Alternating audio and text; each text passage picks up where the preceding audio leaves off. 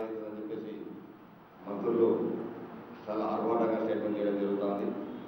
వాళ్ళకి సిగ్గు శరము రోసము ఉంటే ఇప్పటికైనా దమ్ము ఉంటే వాళ్ళ మా పార్టీ మీద గెలిచి వాళ్ళ పార్టీలో చేర్పించిన వాళ్ళకు రాజీనామా చేసి ఎలక్షన్లకు ఇప్పుడు రానికి సిద్ధం రమ్మని చెప్పిపోతున్నాం.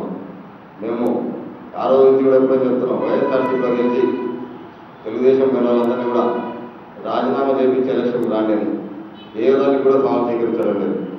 ఈరోజు మళ్ళీ 19 నాటి కాలేజీ జరుగుతున్నారు. 19 వరకు అవసరం లేదు.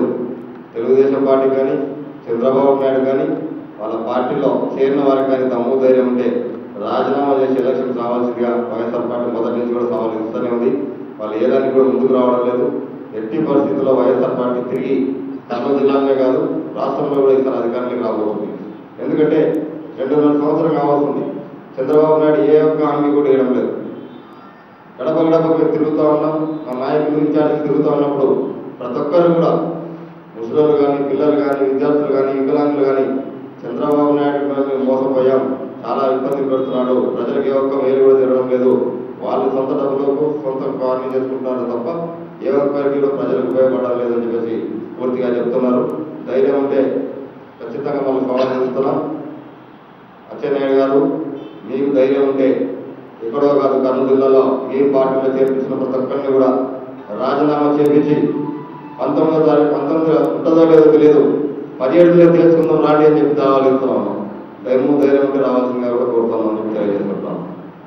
ఈరోజు పార్టీలో చేరినందుకు రామయ్య గారిని ప్రెస్ మీట్ పిలిచి అందరి తరఫున కర్నూలు జిల్లాలో సహకరించిన అందరూ కూడా కృతజ్ఞతలు తెలుసుకుంటూ ముందు కూడా వైఎస్ఆర్ పార్టీకి అన్ని రకాల సేవలు అందించాలని కోరుకుంటున్నాం.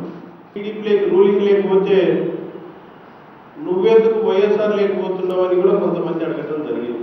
నేను వారికి చెప్పిన సమాధానం ఒకటే, వాళ్ళు టీడీపీలో పోతున్నారంటే ప్రలోభాలు, రూలింగ్ లేకపోతున్నారంటేనే వాళ్ళు సొంత వ్యవహారాలు కావచ్చు, డబ్బు వ్యవహారాలు కావచ్చు, కాంట్రాక్ట్ వ్యవహారాలు కావచ్చు, మరి ఏదైనా కావచ్చు, సొంత లాభం కొరకే పోతుండొచ్చు. ఇప్పుడు పోయిన ఎమ్మెల్యేలందరూ కూడా నాకు తెలిసి సొంత పనుల గురించే తప్ప ప్రజల గురించి కాదనే సంగతి జగమెరిగిన సత్యం. కానీ నేను అలా కాదు, ఆ పోయిన వాళ్ళు కూడా ఎవరు కూడా నిజంగా జనం కొరకైతే రాజీనామా చేసి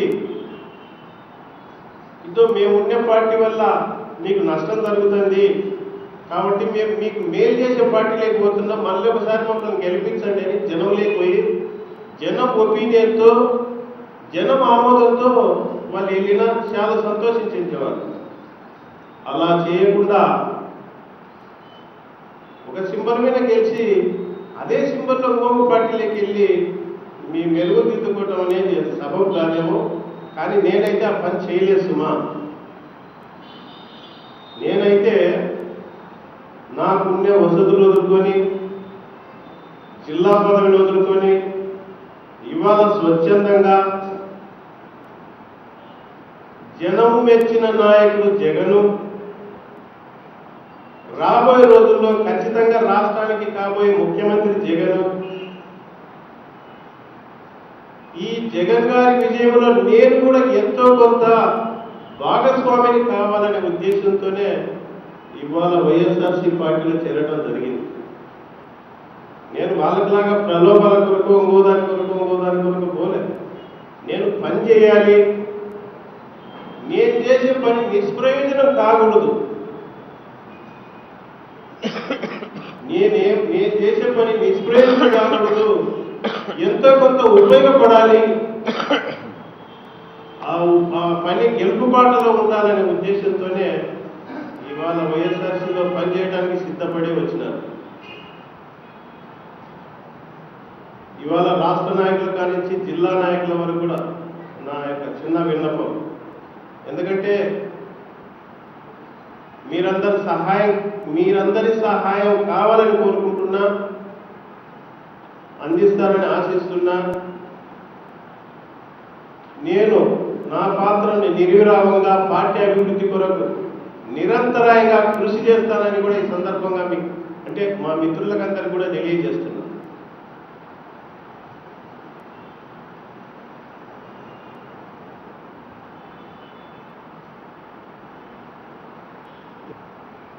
ఇందాక అధ్యక్షుల వారు చెప్పారు. నిన్ననో మొన్ననో అచ్చెన్నాయుడు గారు ఒక కామెంట్ చేసుకున్నారు. 2019కి ఖాళీ అవుతుంది వైఎస్ఆర్. మీ దగ్గర డబ్బులున్నాయి, అక్రమ సంపాదన, రూములకు డబ్బులు కట్టలు మూలుగుతున్నాయి, ఏమైనా చేయొచ్చు అనే ఆలోచనలో మీరున్నారు. మీరు డబ్బుతో నాయకులు ఏమైనా చేయగలగొచ్చాము, కానీ జనాన్ని కొనలేరు. 5 కోట్ల మంది ప్రజలు అయితే కొనలేరు కదా. ఇప్పటికే మీకు అర్థమైపోయి ఉంటుంది. నాయకులు తప్ప నాయకుల యొక్క ఏ జనం వచ్చినారో చూపించండి. ఏ ఒక్కరు కూడా నాయకులతో పాటు లేరు.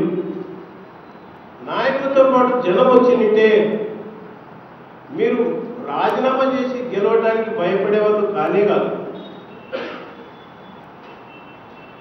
రూలింగ్లో ఉండం కదా అని స్పీకర్ని అడ్డం పెట్టుకొని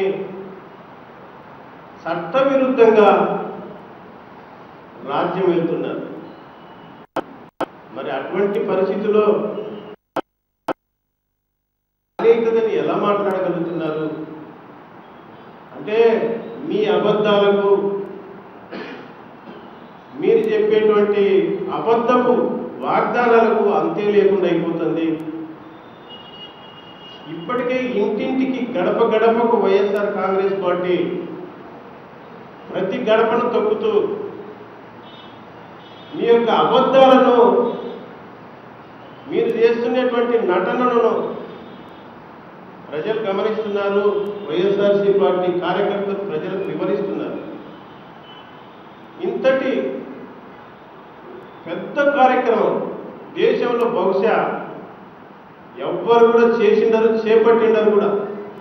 ఒక 5 నెలలు 6 నెలల కార్యక్రమం నిరంతరాయంగా చేయాలంటే మామూలులతో, మామూలు పార్టీలతో సాధ్యమైపోయి కానే కాదు.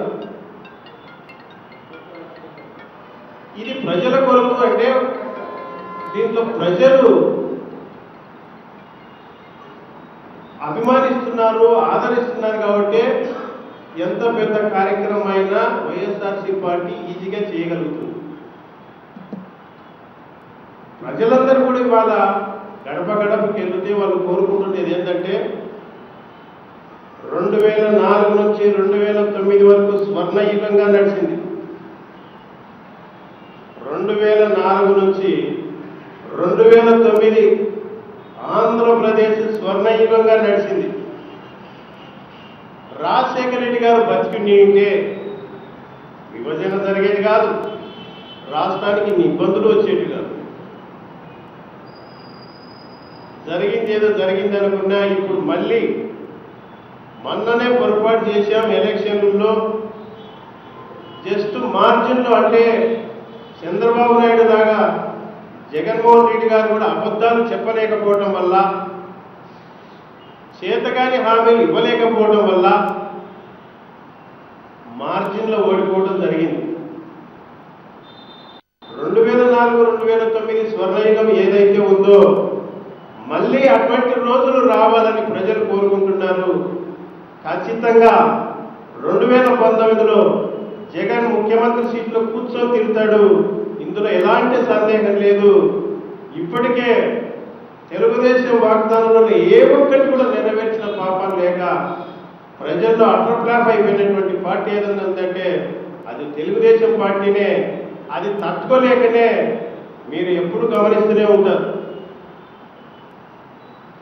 ఆయన చేసే ప్రతి సూచన ఏంటంటే, తెలుగుదేశం నాయకులు చేసేటువంటి సూచన ఏంటంటే, వాళ్ళ ప్రతి మీటింగ్లో వాళ్ళ అధికారులకు కానీ మంత్రులకు కానీ వైఎస్ఆర్సీ పార్టీనే టార్గెట్ చేయండి, వైఎస్ఆర్సీ పార్టీని ఎదగనీయకుండా చేయండి, వైఎస్ఆర్సీ నాయకులు ఎక్కడైతే అవకాశం దొరుకుతుందో అక్కడ ఇబ్బందుల పాలు చేయండి.